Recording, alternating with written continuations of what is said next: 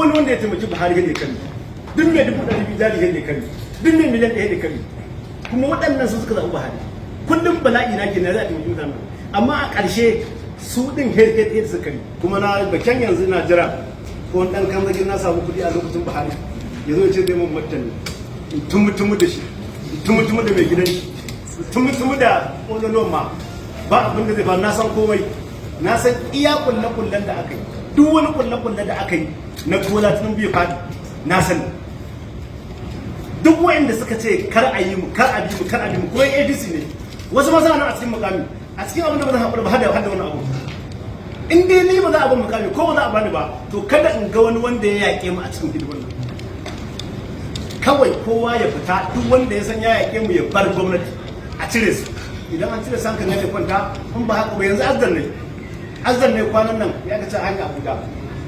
Abu ya kace abin Allah ya kiyaye da na mutu, to da kawai sai dai ya kace sai dai a kawo miliyan 10 sai dai ga mai aiki wajen miliyan 200 tare a gidana da buhunan shinkafa, su kuma yan gidan suna ta kuka ga yaya ana cewa ai rara ya tafi ai wani kokari ka gani haka zan tafi kenan. Da wannan tsari ba zan yi hakuri irin wancan ba, kuma ina jira duk wani wanda zai iya martani ko kuma dan gigin nashin gwamnatin Tinubu ya zo ya ce zai mun wani duk duniya zai yi mahaukaci. In ban da Tinubu ba wanda ya kai ni ba da gudunmawa. Sabiku Awwalu ina bayan liman, ya kamata a ce duk abin da za a bayar ni ne na bayan liman. In liman ya mai ko ni zai samu, liman na waigowa in zai waigo in dai me aka ce in dai bai samu kashin ba ko riba in ba samu gangan ba to ne a gurin sai Aminu Bello misali. Kuma yanzu Aminu Bello sai ne aka ce Aminu Bello sai shi shira ina in da gurin Aminu Bello misali lokacin muna wancan lokacin ina kai kwalhun Buhari sai ce in yi hakuri, don na ce in ce in yi hakuri shi mana Abuja zaune, to wani hakuri sai ma mai hakuri. To muna hakuri amma ba hakurin talaka da Buhari ba. Ka san hakurin talaka da Buhari karshe Darma ya zuba musu, bayan ya ce a yi hakuri a ci gaba da hakuri sai masu ba shawara suka ce ai ya kamata a ɗauki wani layi ga Darma idan an zuwa talakawa za su narke amma za su murmuri daga baya, sai ce a ji a zuba. Ka san mai Darma canjin kuɗi sun kasa fitowa su faɗa ma mutane gaskiya. Buhari sai da ya kashe ƙasar nan sannan ya gaske ba. Buhari damar da ƙasar nan su fito su faɗa ba wani abu bane. Lokacin da muka mulki hannun PDP mun fito duk an faɗa an ce ƙasar nan yanzu aka ci take. Dalilin da mutane suka dinga Buhari rubutu yanzu ƙasar nan a gargaje take. To me yasa mu yanzu za mu koyi mu koma kawai mu dinga nuku ana ɗaga mana kwali ana ɗaga mana menene. Ciyaman a baya kowa ya san irin gudunmuwar da ka bayar wajen kafar gwamnatin shugaban kasa tsohon shugaban kasa Muhammadu Buhari. Yanzu kuma kana irin waɗannan kalabai, hakan yana nufin kayi da na sanin gudunmuwar da ka bayar a wajen tafiya? Na yi. To me yasa? Na yi da na sani bangare ɗaya ban yi ba. To ta ya? Dalili bangare ɗaya da na sani kyakkyawan zaton da na ban yi kokari na yunkura na biyar da ra'ayin talaka suke ba. Me aka ta sauran 'yan midiya sun fito suka dinga da Buhari amma ni da karewa. Kuma da na san abin da ke kasa, ka san an ce kyawun da to da abin da kai bin da shi kana ganin zai iya yi ko mai yiwuwa ne, saboda ka baka da garanti ka ce wannan abin ba mai yiwuwa bane in ka sa shi a gaba. Na biyu inda bai na sani ba, saboda ni na yi tsakani da Ubangiji, na yi Buhari tsakani da Allah, na ɗauki ragamar rayuwa ta iyali na ta yan uwana da ta wa'annan kattun ga sasanin da Baba Ali. Duk bala'in da muka shiga, in kun shiga nan za a kashe ku, in kun shiga nan za a yi kaza, haka muke shiga mu fita. Ba wani a gwamnatin Buhari babu ko Buhari bai kai ni ba shi gudun ba da abin da muke magana a nan magana ce da kamar yadda ka faɗa yanzu da na sani ban yi ba saboda na yi dan Allah na farko. Wancan kuma da na sani na kyautar zan da na yi ya kamata in shiga wata hanya da ya kamata in gane abin nan da gaske ne kuma da gaske ne. Saboda haka na yi makauniyar soyayya iya gurgudu wanda kuma ta zo ta ma illa mai ne aka ta ƙasar illa. Yanzu a ƙasar nan ba wani parastatal wanda yake motsin ba motsa sai da Buhari damma da ko ina sannan ya bayar. Sun kuma shiga cikin ofis sun yi shiru me na ɓoyewa. Lokacin da muka ansa hannun gudunar haka muka fito muka faɗa ƙasar nan a dagula take a mana haƙuri. Kullum abin da muke cewa ƙasar nan a dagula take yanzu mu isa ba za mu faɗa ba. a fito a faɗa Buhari ya ci gulgula ƙasa ya kace komai kafin tenisi ya kai minti 30 ko awanni. Saboda haka akwai wani wanda ya faɗa mummuna ganin ƙarya yake ya ce wannan ƙasar yanzu ba wanda zai gaji Buhari sai dai gaji mushi. Da muna ganin shi a matsayin adawa ne. Amma sai da muka shiga gwamnatin sannan muka bincika amma abin nan a cikin kowa yake. In Najeriya sun fito yanzu ya kace kwanan arewa aka fito ana cewa ya kace rara ya fito dan kwali. Rara ya fito dan kwali. An dauki mutane a arewa an yi kaza ne shiru united ko san me yasa ne shiru saboda ni ina da shawara da ke tafiya wannan shawara ce ina so in je in kai ma shugaban kasa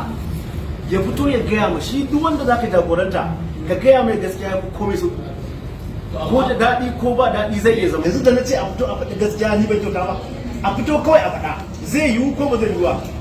abinda mutane suke tsammani yanzu ba zai yiwu ba duk wata barasta da Buhari ya kashe ta ko kuma gwamnatin ba ta kashe ta sai an motsa take motsi saboda haka dan ma Allah ya taimake mu shi da yazo a shirye yake shi shugaban kasa maganar subsidy ya kuma ta da muta ya kace talaka hankali yanzu ya fi kowa motsi subsidy tun kai shugaban kasa Buhari ya tafi cire shi da tunin bai zo in ka je ka bincika budget tun da kai dan jaridu ne za ku iya bincike kafin Buhari ya tafi ba budget ba kudin subsidy a cikin budget shi da yazo cewa ya no more budget shi ne zai fi shi maimakon ya ce an cire budget kafin zo kaga ya faɗi gaskiya kenan ba shi ya cire ba wanda ya tafi shi ya cire shi sai ya ce no more budget tunda shi ya rike duk balan akan shi ke mu ma dan ba a so mu faɗa din wannan magana da na yi shawara ce zan zo in ce a zo a faɗi gaskiyar nan da ba a dan faɗa ba ana ta lalaka ana kuma ba zai yiwu ba an ba ka gaya ma wanda ta da shi gaskiya ba da aka can daga kwali da na zo yanzu na daga na ce ai tun ba zai yiwu ba an daga kwali ai tun da an dauki mutane arewa ni na sani na faɗi dalilai na ce gwamnatin Buhari gwamnatin Tinubu kwana 100 ya fi shekara ta kudin Buhari an faɗi hujja ba hujja biyu zan bayar a iya ɗan da ka misali na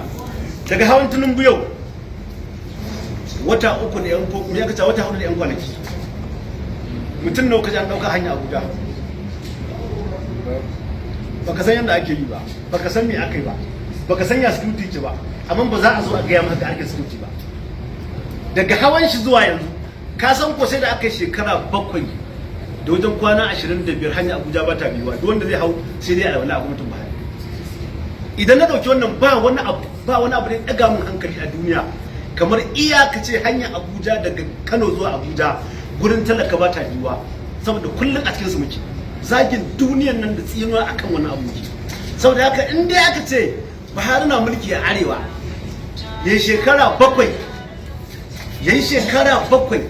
gwamnati ya kace hanya Abuja ba ta biyuwa to ko raƙumi ba zai ga mana arewa raƙumi ko za ga mana arewa mutanen Najeriya kana dan arewa zaka ji kan dan ba nan lokaci daga hawan Tinubu yanzu wata 3 da ta wuce ban san wannan watan da aka wuce ba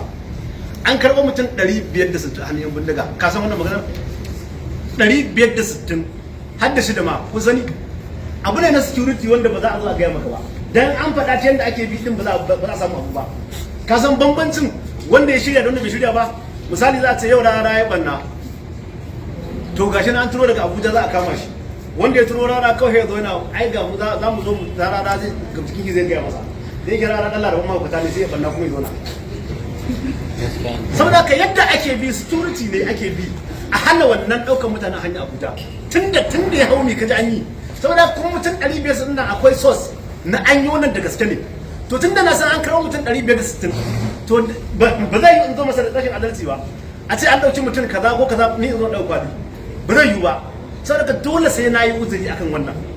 ko da ya bani mukami ko ya bani minista ko bai bani ba ko kan ma ya neme ni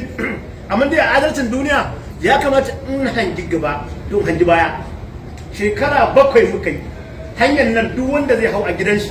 sai dai ya alwala in kuma ya faɗa a gida Abuja za shi a ƙasa wallahi ba za su bashi ba sun dinga kuka kenan sai dai in bayan da za su kuma Buhari ne ke mulki dan arewa ne